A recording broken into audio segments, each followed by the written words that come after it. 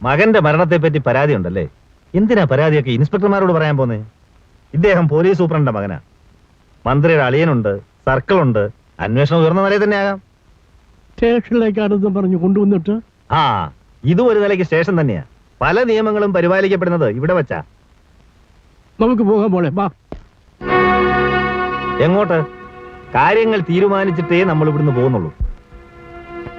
പട്ടികളെ, എനിക്ക് ജീവനുണ്ടെങ്കിൽ എന്റെ മകനെ കൊന്നുമാരെ ഞാൻ വെറുതെ കൂടിയില്ല. ഞാൻ അക്ഷരം പഠിപ്പിച്ച 1000കണക്കിന് പിള്ളേരുണ്ട് ഈ നാട്ടില്. അവരെ കൊണ്ട് ഞാൻ പകരം ചോദിപ്പിക്കും.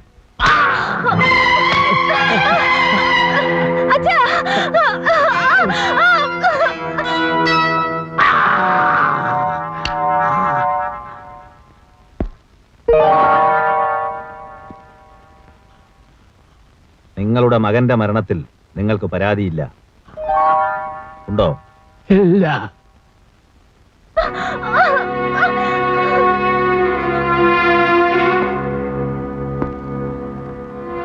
ഇന്നു മുതൽ ഞാൻ പറയുന്നതേ നീ കേൾക്കൂ.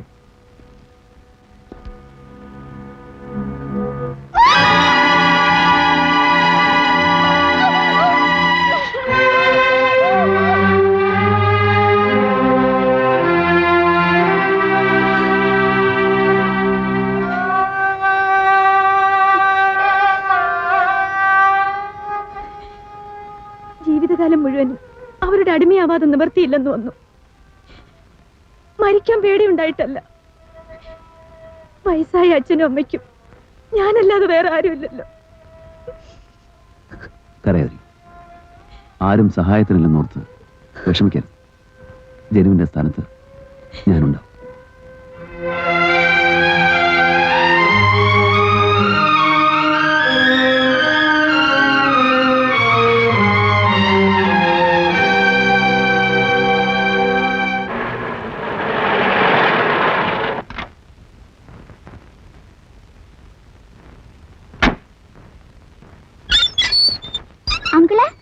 വക്കീലങ്കിളിന് എങ്ങനെയുണ്ട്? എന്ത്? അങ്കിളിന് അടി കിട്ടിയോ? അടിയോ? അപ്പൊ അങ്കിൾ അറിഞ്ഞില്ലേ? വക്കീലങ്കിളിനെ ആരോ അടിച്ചു. ആശുപത്രിയിലാന്ന് ഫോൺ വന്നു. അപ്പൊ മുത്തശ്ശിയും അമ്മാവനും അങ്ങോട്ട് പോയിരിക്കാം.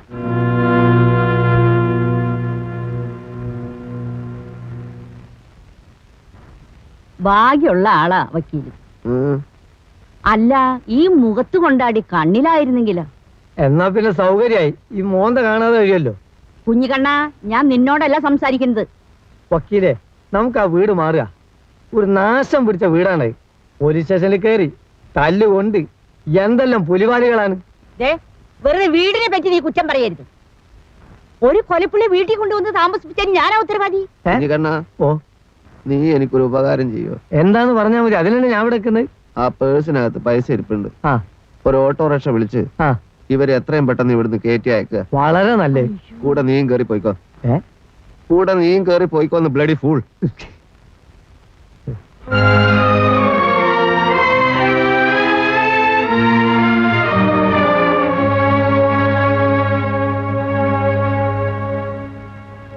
എന്താ ഉണ്ടായത്?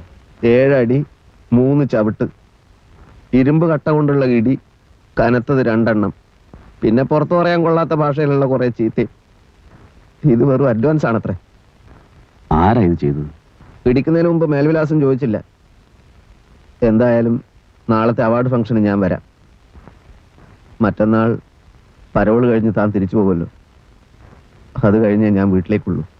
ഇവിടെ കുറച്ചുകൂടെ സേഫാണ്. വക്കീലെ, നമുക്കിനി ഒരുപാട് കാര്യങ്ങൾ ചെയ്യാനുണ്ട്. ഞാനിപ്പോ ഗീതയെ കണ്ടിരുന്നു.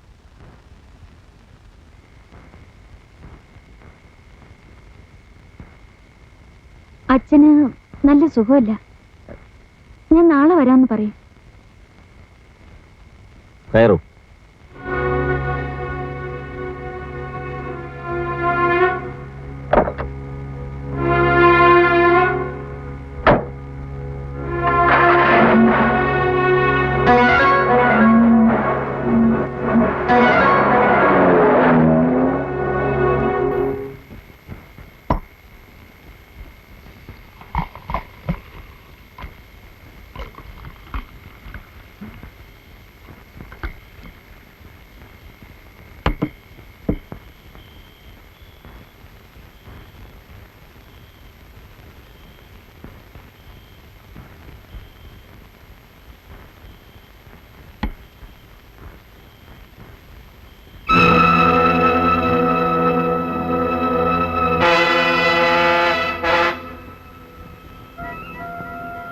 ഇത്രയും കാലം കൂടെ നിന്നിട്ടും നിനക്ക് ഞങ്ങളെ മനസ്സിലായില്ല. അനുസരിക്കാൻ അറിയാവുന്നവളായിരുന്നു നീ. ഞങ്ങൾ ഏൽപ്പിച്ച ജോലികളൊക്കെ വളരെ ഭംഗിയായി നീ ചെയ്തിട്ടുമുണ്ട്. ഒരു പരിധിവരെ ഞങ്ങളുടെ രഹസ്യങ്ങൾ നിനക്ക് അറിയുകയും ചെയ്യാം. ആ അറിവ് ഞങ്ങൾക്കെതിരായി ഉപയോഗിക്കാം എന്ന് നീ കരുതിയിട്ടുണ്ടാവും. കാര്യങ്ങൾ അന്വേഷിക്കാൻ ഒരു പുതിയ രക്ഷകൻ ഇറങ്ങിയിട്ടുണ്ടല്ലോ. സാർ, അങ്ങനെയൊന്നും ഞാൻ വിചാരിച്ചിട്ടില്ല സാർ. ബെൻ നരേന്ദ്രൻ നിന്റെ ആരാ? ആരുമല്ല. അയാൾ എന്തിനാ ഇടയ്ക്കിടയ്ക്ക് നിന്റെ വീട്ടിൽ വരുന്നത്? വരണ്ടാന്ന് ഞാൻ പറഞ്ഞിരുന്നു. എന്നിട്ടും വന്നു അല്ലേ? വരാതിരിക്കാൻ പറ്റില്ലല്ലോ. നിന്റെ ജ്യേഷ്ഠൻ ചെയ്ത കൊലപാതകം സ്വയം ഏറ്റെടുത്ത് ജയിലിൽ പോയ ത്യാഗിയല്ലേ.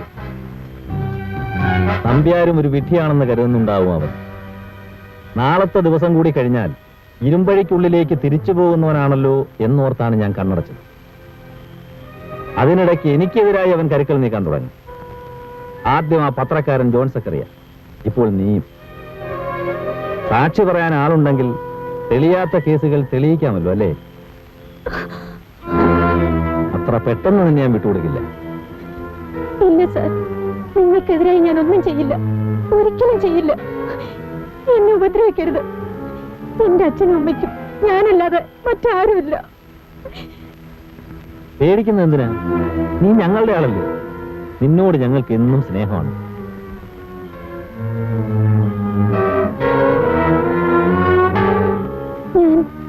ഞാൻ പോട്ടെ സാർ.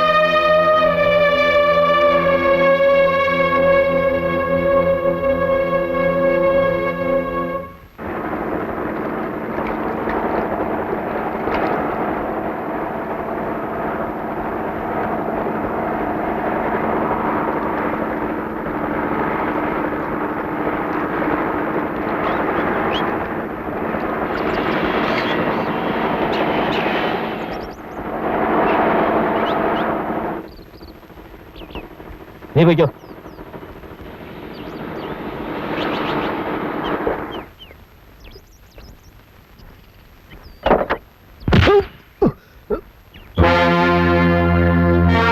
ഞാൻ തന്നെ ബെൻ നരേന്ദ്രൻ.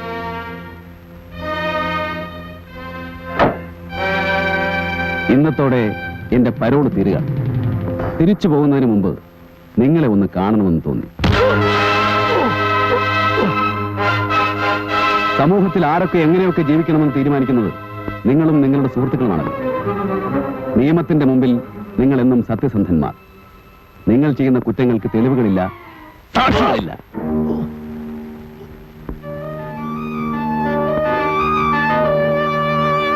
ഒരു കുടുംബത്തിന്റെ മുഴുവൻ ആശ്രയമായിരുന്നു ജനു. മുഖംമൂടിയില്ലാത്ത പത്രപ്രവർത്തകൻ ജോൺ സക്കറിയ, നിഷ്കളങ്കയായ ഗീത. 3 പേരെയും നിങ്ങൾ കൊന്നു. അതിനുള്ള ശിക്ഷ 3 വീതിച്ച് നടപടികൾ സ്വീകരിക്കാനാണ് ഞാൻ വന്നത്. ജഡ്ജ് ഞാൻ തന്നെ. Justice for human rights, Ben Narendran. എന്റെ കോടതി, എന്റെ നിയമം.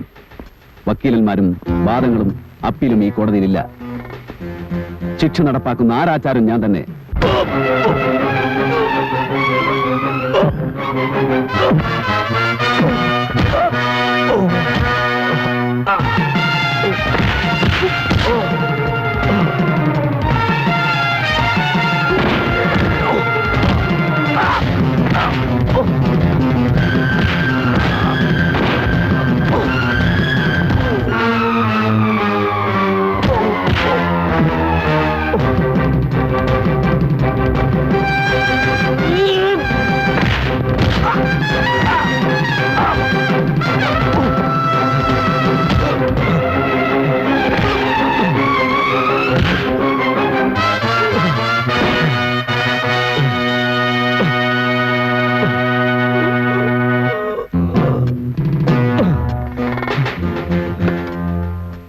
സുഹൃത്തുക്കളെ വിളിച്ച് ഞാൻ പറഞ്ഞു തരുന്ന വാചകങ്ങൾ അവരോട് പറയണം.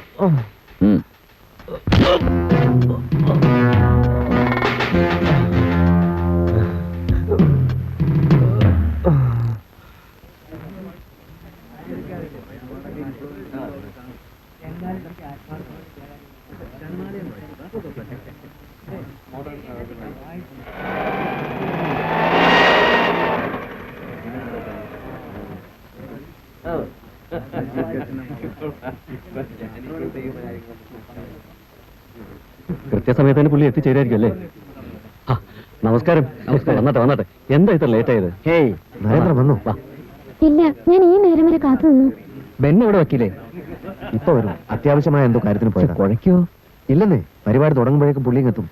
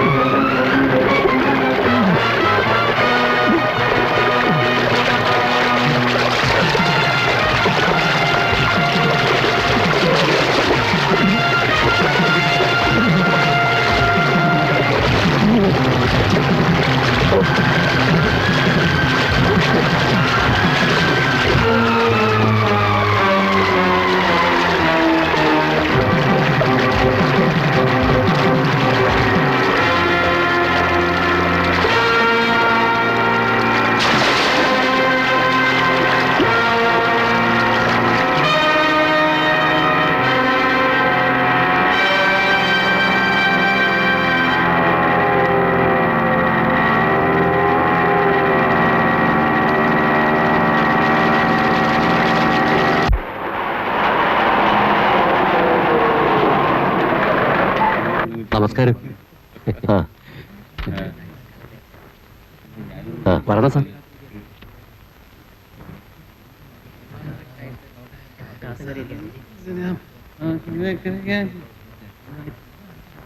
സുഹൃത്തുക്കളെ, പരിപാടികൾ ആരംഭിക്കാറായി.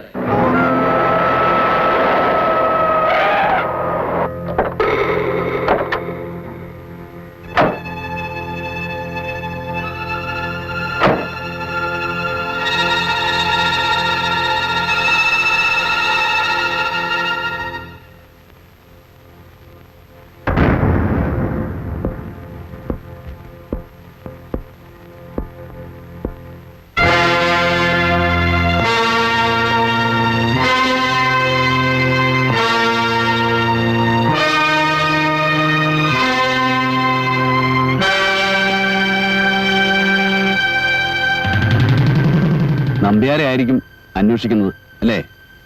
അയാൾ കുറച്ചു മുമ്പ് മരിച്ചുപോയി. കൊന്നത് ഞാൻ തന്നെ.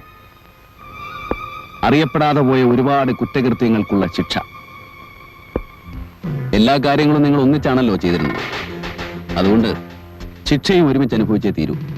മന്ത്രിയുടെ ബന്ധുവായാലും പോലീസ് സൂപ്രണ്ടിന്റെ മകനായാലും തെറ്റ് ചെയ്തവൻ ശിക്ഷ അനുഭവിക്കണം.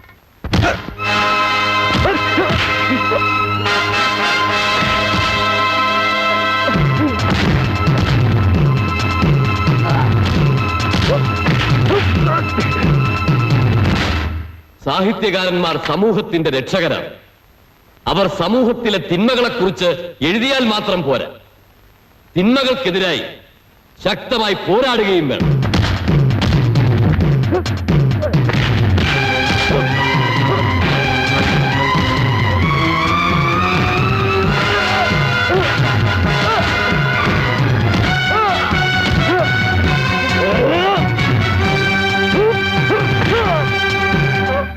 പണവും സ്വാധീനവും ഉപയോഗിച്ച് പാവങ്ങളെ കൂടുതൽ പാവങ്ങളാക്കുകയും അവരുടെ ശവക്കൂനകൾക്ക് മുകളിൽ ദന്തഗോപുരങ്ങൾ പണിയുകയും ചെയ്യുന്ന സാമൂഹ്യ ദ്രോഹികൾക്കെതിരെ ആഞ്ഞടിക്കാൻ ഇവിടുത്തെ എഴുത്തുകാരന് കഴിയണം.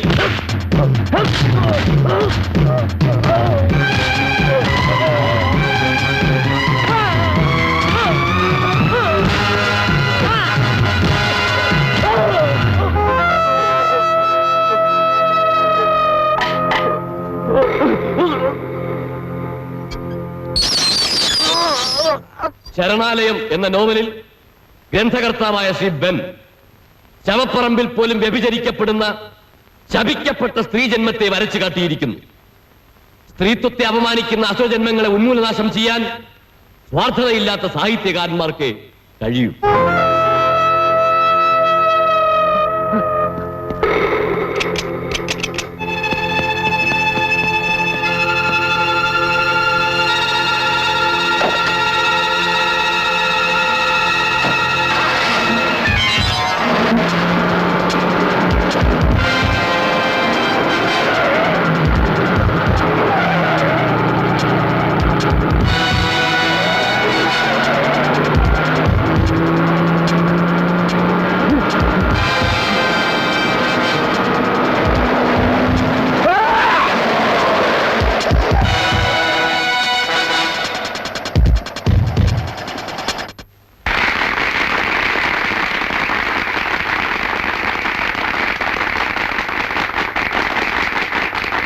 അടുത്തതായി അവാർഡ് വിതരണം.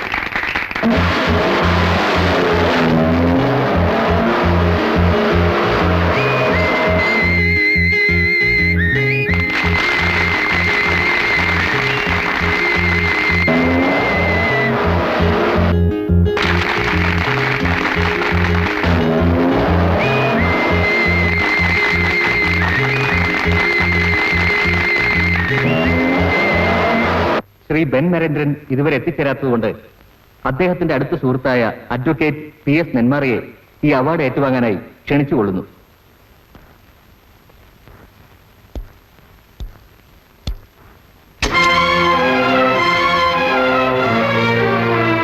ബെൻ വന്നു.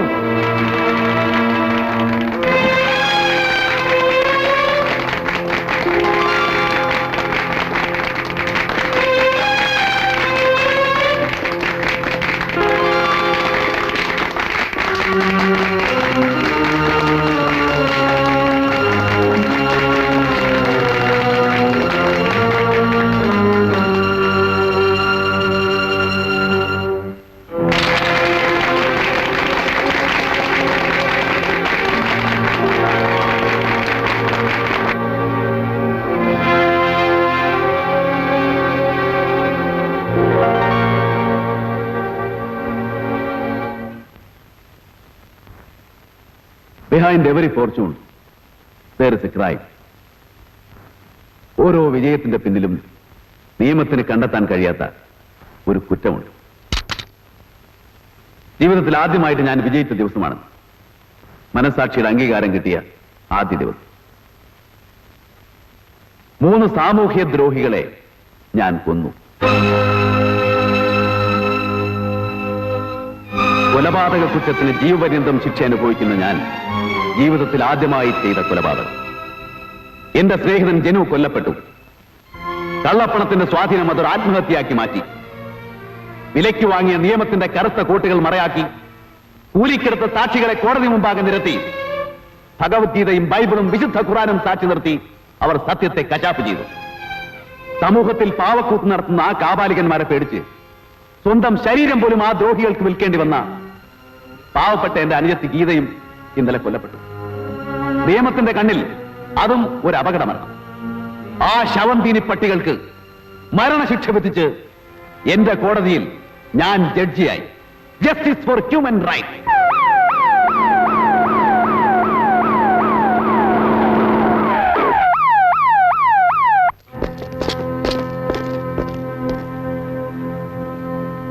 പോകാൻ സമയമായി. എന്റെ പുസ്തകത്തെയും എന്നെയും സ്നേഹിച്ച എല്ലാവർക്കും നന്ദി.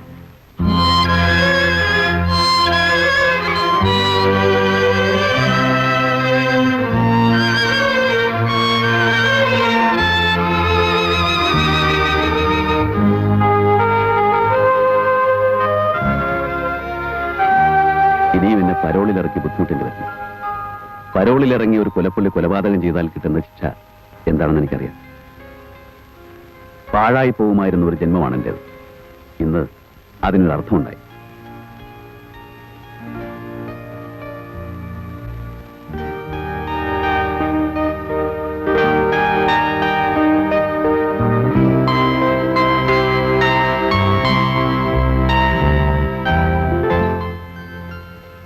തനിക്ക് തരാൻ ഇത് മാത്രമേ എന്റെ കയ്യിലുള്ളൂ.